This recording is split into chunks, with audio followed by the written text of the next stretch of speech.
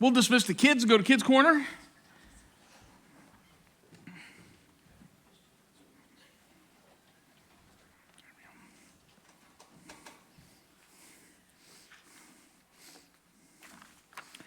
Good to see everybody this morning. This has been one of those really good days to just pull the covers up. It's kind of cloudy and dreary, and I'm just glad you're here. And even though it's cloudy and dreary, man, we needed the rain. I'm happy about that. I hope you've had a wonderful, wonderful week. This morning, we're going to be talking about one of my favorite biblical stories.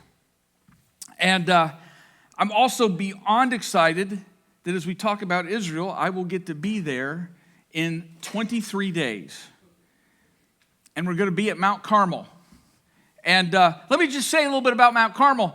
I brought my little fancy pointer pen this morning.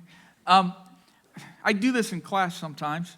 So Israel, you have the coastal plain and then some like low hills that gradually go up to this spine. This is kind of the western range, and it's pretty dry up here. Jerusalem would be right here.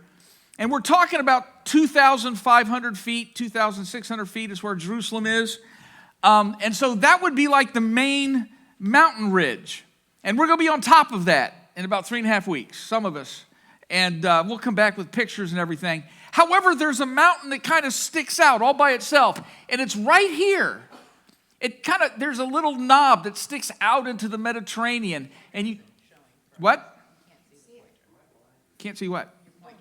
You can't see the red? Oh, sorry. No, I don't know what's going on. It's not working. Probably have to be out here. It's popped in and out. Popped in and out, my wife says. I think the battery's going bad. It's right there. Okay. There we go. Just get a big stick. And it kind of sticks out in the ocean a little bit. And it's called Mount Carmel. Now, let me just say a couple things. If you could jump up the next slide.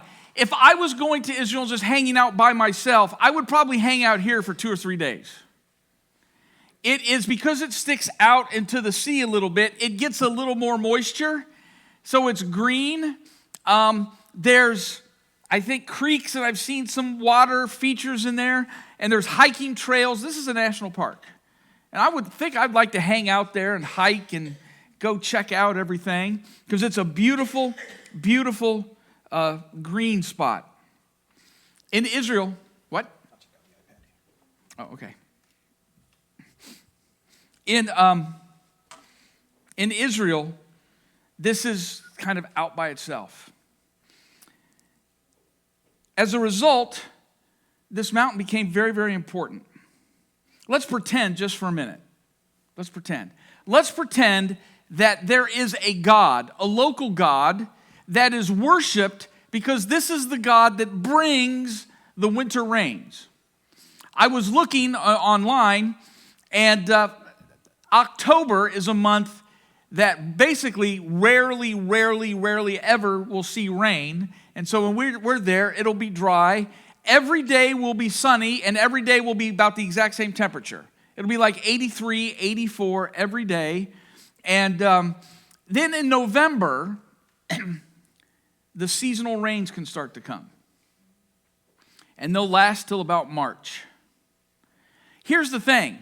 If the seasonal rains don't come, you don't eat the next year.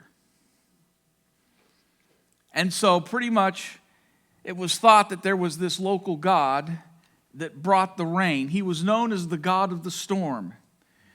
And if you'd look out over the Mediterranean, you would see the clouds begin to maybe form and roll in. And if you were on Mount Carmel, you'd be the first place in the country that felt the moisture and felt the rain. So if there was such a God, and let's say we called this God, I don't know, Baal.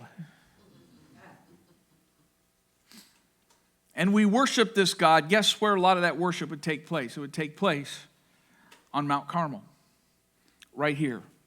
It's funny, in all the times in my head growing up, when I thought Mount Carmel, I thought dry and dusty and desert-like and sand, but that's not what it is. This would be the first place in the country that greets this God and his beneficial winter rains. It's also the first place you could see out over the ocean. And so it shouldn't surprise us that this is the place where we see Elijah challenge the prophets of Baal. It's one of my favorite stories. I'm reading 1 Kings chapter 18. 1 Kings chapter 18, starting with verse, oh, here it is. Thank you, Tom. There we go. I'm going to start with verse 21. There was a new king. A new king had said, we're going to start to worship this God that brings the rains. Elijah went before the people and said, how long will you waver between two opinions? If the Lord is God, follow him. But if Baal is God, follow him. But the people said nothing. Then Elijah said to them, I am the only one of the Lord's prophets left, but Baal has 450 prophets. So get 2 bulls for us. Let Baal's prophets choose one for themselves. They get first choice. Whatever one they want, they can have. And let them cut it into pieces and put it on the wood, but don't set fire to it. I will prepare the other bull and put it on the wood, but won't set fire to it. Then you call on the name of your God, and I will call on the name of the Lord. The God who answers by fire, he is God. By the way, let's do this for the next national election season. This would be a much more definitive answer and would anyway, but I doubt that's happening. So they began to have this confrontation. Elijah let the Baal prophet start and said, you can call to your God as much as you want. A couple hours go by, nothing's happened. We're picking up in verse 36. Verse 27. At noon, Elijah began to taunt them. Shout louder, he said. Surely he is a god. Perhaps he's just deep in thought, or busy, or traveling. Some scholars have said that this word for busy is what they would have used for perhaps he's using the restroom or traveling. Maybe he's asleep and he must be awakened. So they shouted louder and they slashed themselves with swords and spears, as was their custom, until their blood flowed. And we think, oh, how ancient and how backward is that? This still happens in parts of the world. This happened not too long ago, even not too much in our world. I thought if you could just show how the depths of your devotion by they called it flagellants and make themselves hurt and bleed, then you would earn God's listening. Verse 36. None of this worked. Elijah stepped forward and prayed, Lord, the God of Abraham, Isaac, and Israel, let it be known today that you are God in Israel, then I am your servant and have done all these things at your command. Answer me, Lord, answer me, so these people will know that you, Lord, are God, and that you are turning their hearts back again. Then the fire of the Lord fell and burned up the sacrifice.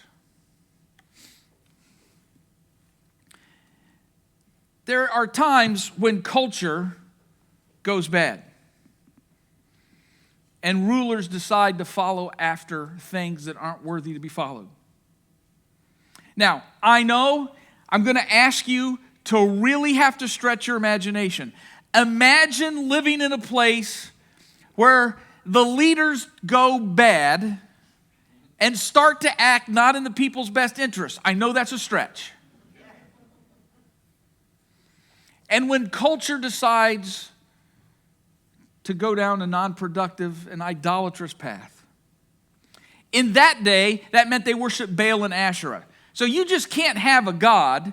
You have to have a god that goes with the other gods so they can have little gods.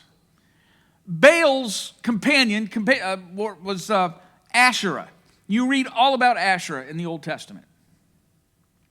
Asherah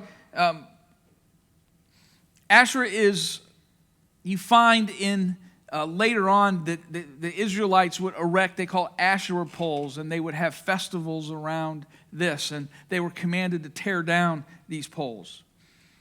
What they did was they replaced the worship of God with the worship of idols, and that's him right there. This is Baal. That's who you most get when you type in Baal. This would be the common little idol you might have found on a mantelpiece somewhere. Here's the thing, when we start to worship false gods, life quickly falls apart for people. When a nation, when a community, when a family, when a world does the same consequences await. 6 months from now, it's already starting. We'll be in the height of election season, and we're going to hear this guy claim that he has the answers and this person claim that they have the answers, because all this is a political problem. Let me start by saying that what we primarily suffer from is not a political problem. What we suffer from is we worship false gods. And when you worship false gods, things fall apart quickly. When you worship money, when you worship power, when you worship myself, me above everyone else, the only thing that matters is my rights, and it doesn't matter how it affects anybody else.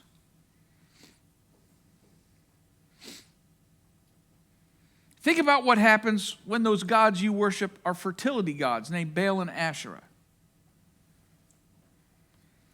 Imagine if you worship a fertility god, imagine what your worship consists of.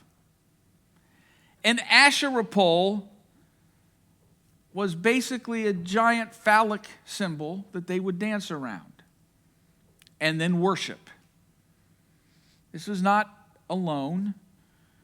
You go to Corinthians, it was going on in the New Testament too, the temple of Aphrodite and others around the Roman Empire, but this is 1,000 years, 900 years before that. When a culture goes, here's the problem. When a culture goes, it slowly pulls you along with it. One of the things, if you've watched Titanic, the movie, I sat in just tense silence wondering if the boat would float. And when a big boat like that goes down, it also sucks you in if you're close to it. It creates enough pressure. If you're not so far away, you go down with it, even though you might be 20, 30 feet away from the boat. When a culture goes down, it pulls people with it. Unless you purposefully, intentionally get away from it. Without people resisting the pull, the drift downward continues. When society is involved, unfortunately, often the resistance will be public. It might just be with a discussion with a friend. It might be at a PTA meeting. It might be at a city council. It might just be, I can't go along with that. With Elijah, it was very public. The nation, the group, the people, society was all being taken down with the idols. And he'd finally had enough, and he said, no, I have to make a stand in my culture. And that meant he had to go to where Baal was. And Baal's at Mount Carmel. On the sea, every year, Baal would roll in on the clouds. Sometimes in the Old Testament, you read language, and God rides in on the clouds. You see that language in some of the prophet. That's because Baal was told. Baal was the god that rolled in on the clouds when the winter rains came. And this is like, no, your God's pitiful. Our God is the one that makes the clouds. Our God rolls in from the sea. And Elijah didn't hide. And he said, someone's got to make a stand. Here's what I think I know. There are times in life when you have to make a stand. You have to go it alone. I realize that that's easier on some people than it is on the other. Some people can't imagine being a skunk at the garden party. Some people relish being the skunk at the garden party. It's okay to go it alone at times, because a life spent with the crowd is a life that will have had little impact. If all your life you are with the crowd, I know this, you will have been wrong more often than you will have been right. If you walk into a room and there's 1,000 people all going in this direction, as a point of principle, I'm going to go in that direction. I'll be right more often than I'm wrong.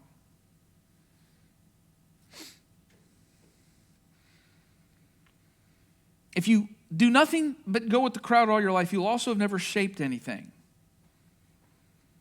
Just think about history all the times, going opposite the way of the majority. Imagine being in 1930s Germany. Yes, would it have been dangerous to go the opposite way? You bet. But you'd have been right. Think about 1967. There's no way the Jets can win the Super Bowl. No AFL team can beat an NFL team. You'd have been right. Imagine 1976.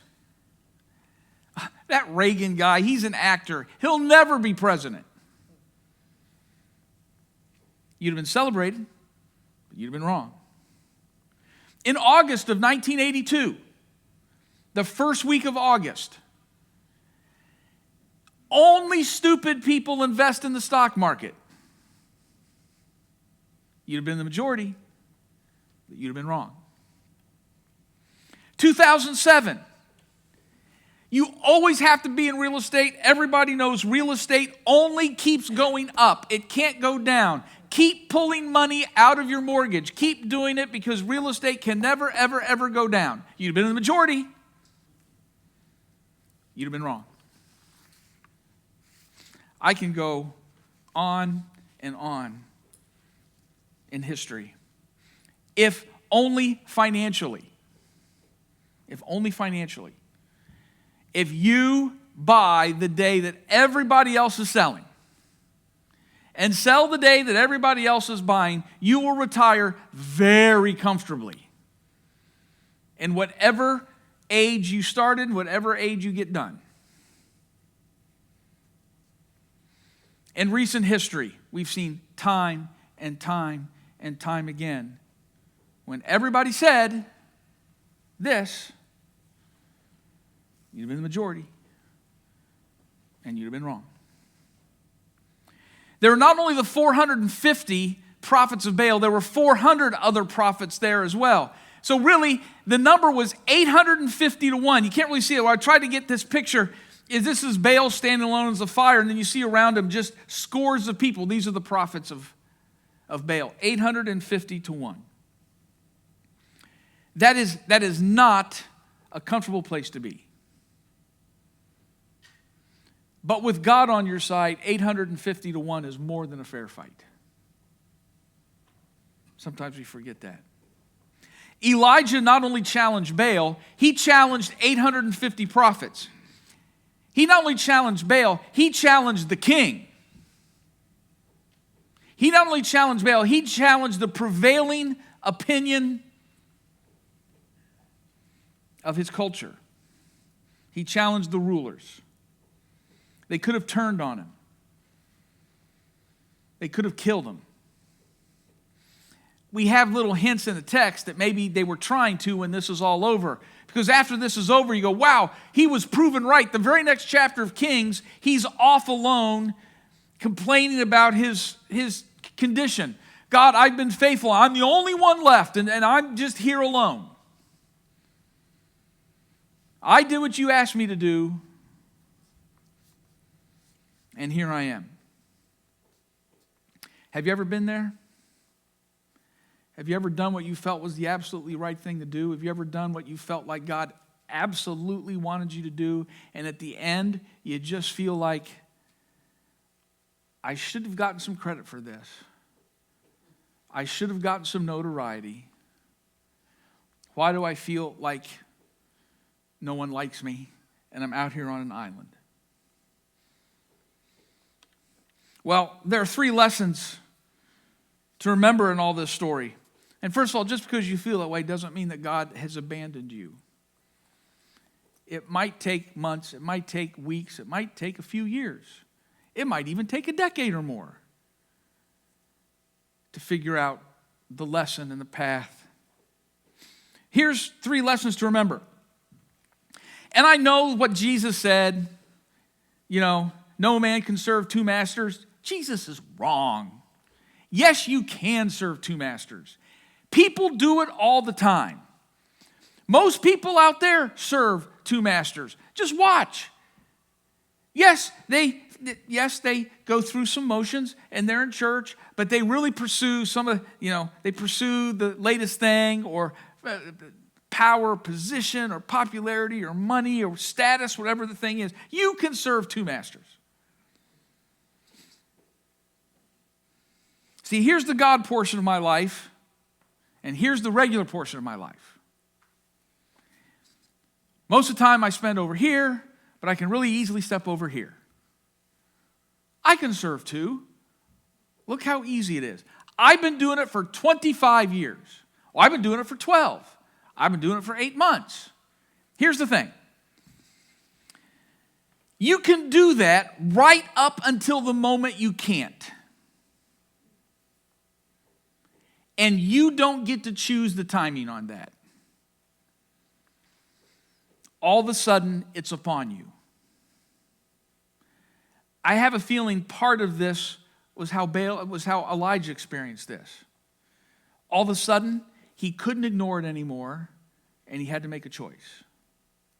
I think there's all kind of examples of this throughout Scripture. All of a sudden, Paul is on the Damascus Road. All of a sudden, Peter is being called by Christ. There's all kind of examples. David, what? Someone's challenging our armies and no one is stepping up? Someone's got to step up.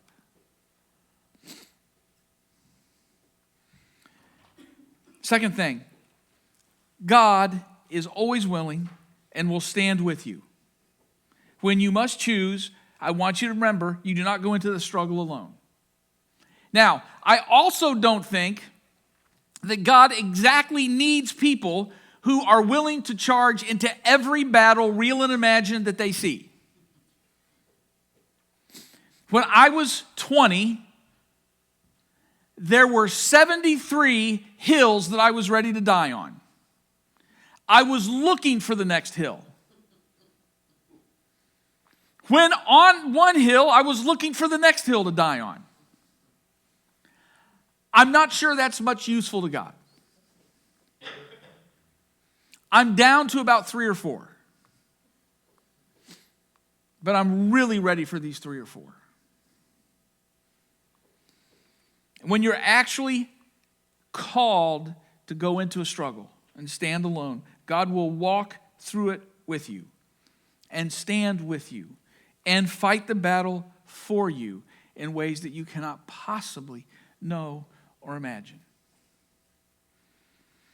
And the last thing, I know I've skipped ahead. We talked about it a couple weeks ago in the next chapter of 1 Kings, as Elijah's complaining to God, I am the only one left. I'm all alone. You've forgotten me. I've taken this stand, and this is the thanks I get. Look at where I'm at. God says, you're not alone. There are 7,000 other people that have not bowed their knee or kissed the idol of Baal.